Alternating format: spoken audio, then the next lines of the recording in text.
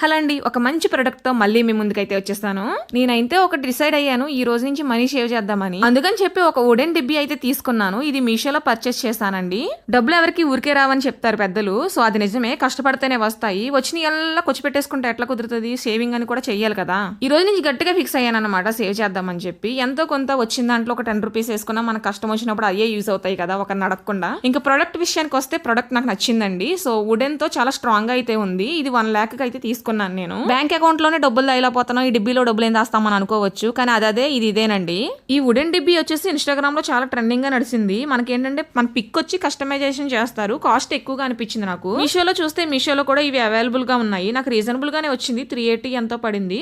So ఆ cost కి ఇదైతే ఓకే, చాలా స్ట్రాంగ్ అయితే ఉంది.